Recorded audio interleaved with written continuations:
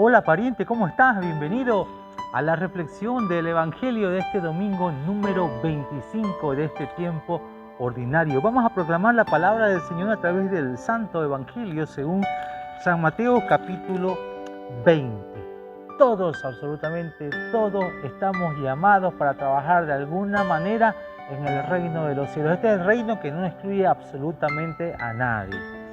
Nosotros, analizando la primera lectura, cuando el gran oráculo de Isaías hablaba y decía que los pecadores, los que estén con pensamientos de maldad, de perversidad, vuelvan a Dios, que Dios es un Dios maravilloso que los escucha, los perdona, los redime, son también llamados y forman parte de la viña del Señor. Son también llamados para que ellos puedan tomar parte del trabajo de la obra de redención, para mostrar y multiplicar a todo el mundo interior cómo el Señor te permite a través de su amor reponer nuestras vidas.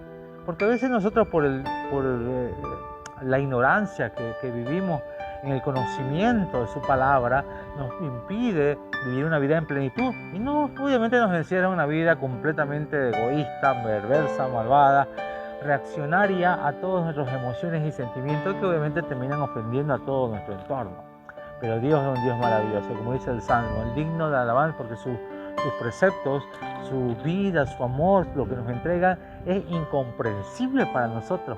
Y por eso Isaías decía efectivamente, claro, por eso está el cielo y la tierra, así son sus caminos, Dios con los de nosotros, así son su forma de pensar de Dios con lo de nosotros, completamente diferente. Cada vez que nosotros estudiamos la palabra del Señor, nos damos cuenta que efectivamente todo lo que nosotros vamos entendiendo, comprendiendo, escudriñando y recibiendo en la palabra nos termina confrontando. Yo he escuchado por ahí en ciertos sectores en la iglesia que efectivamente dicen, no, el Evangelio no te confronta, la palabra no te confronta. Yo tengo una contrariedad en ese tipo de opinión por el tema de que nuestra naturaleza y nuestro pensamiento están contrarios a la voluntad y a la forma de pensar de Dios. Nosotros tenemos el espíritu humano que siempre tiende a nosotros mismos, todo apunta al beneficio de nosotros. Entonces, bajo esa perspectiva, todo lo que pensamos, por supuesto que difiere completamente a los pensamientos de Dios, por eso lo decía el oráculo de Isaías en la primera lectura. Entonces yo me tengo que entender que primeramente cuando Dios tiene una forma de pensar, también su administración de justicia es diferentísima a lo que nosotros presuponemos. Nosotros recibimos paga por la justicia que nosotros mismos nos entregamos mutuamente. Pero como dice la hora del Evangelio, es muy puntual. Los últimos van a ser los primeros. Tenemos que entender para poder comprender por qué Dios nos pone esa regla contraria a la regla humana. Entender de lo que realmente es el acto de amor que nos hizo Jesús en nosotros en la cruz. Cuando Él muere en la cruz y hace el trabajo completo de salvación del mundo entero que estaba condenado a la destrucción y a la muerte, entonces Él nos entrega esa redención, nos entrega completamente hecho. En otras palabras, cuando nos da la salvación, la vida eterna a cada uno de nosotros, no es que nosotros nos da un pedacito y nosotros después tenemos que ir continuando pagando lo que tenemos que hacer para que completar la salvación. Tenemos que entender que todo es mérito de Jesús.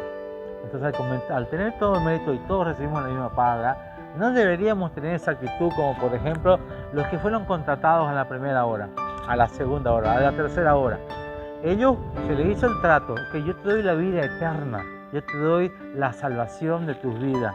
Solamente ven a mi viña vos vas a ser un trabajador preciado, amado. Entonces, esa es la paga. Pero a las personas, como dice también la primera lectura, que no han tenido inicialmente esa posibilidad, como dice la palabra, ¿por qué ustedes no están trabajando? Es que nadie nos llamó, dice. Entonces, ven a trabajar. Y por ejemplo, son llamados al último horario, en el último momento, antes de la paga. Entonces, en el momento de pagar, Dios dice, yo les pago como mi corazón ve la justicia que ustedes no logran entender. Por eso, el que trabajó en la mañana reclama, ¿por qué le pagaste lo mismo que trabajó el que trabajó a las 6 de la tarde? Pregunta.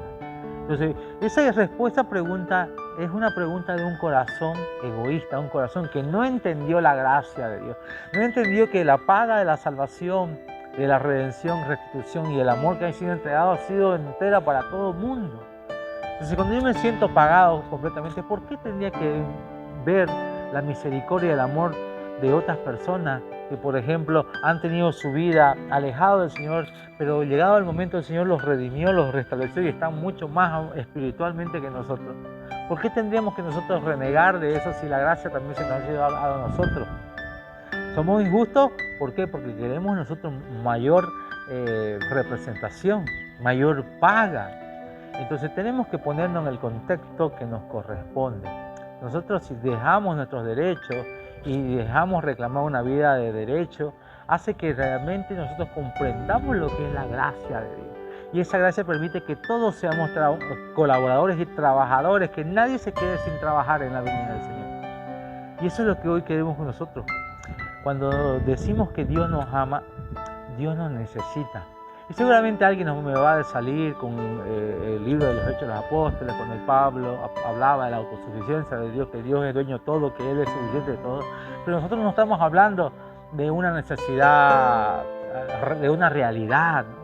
Una necesidad propia, ¿no? Es esa necesidad que nos tiene Dios a nosotros, los seres humanos, para que de ahí nosotros podamos expandir su carácter, su amor a las personas.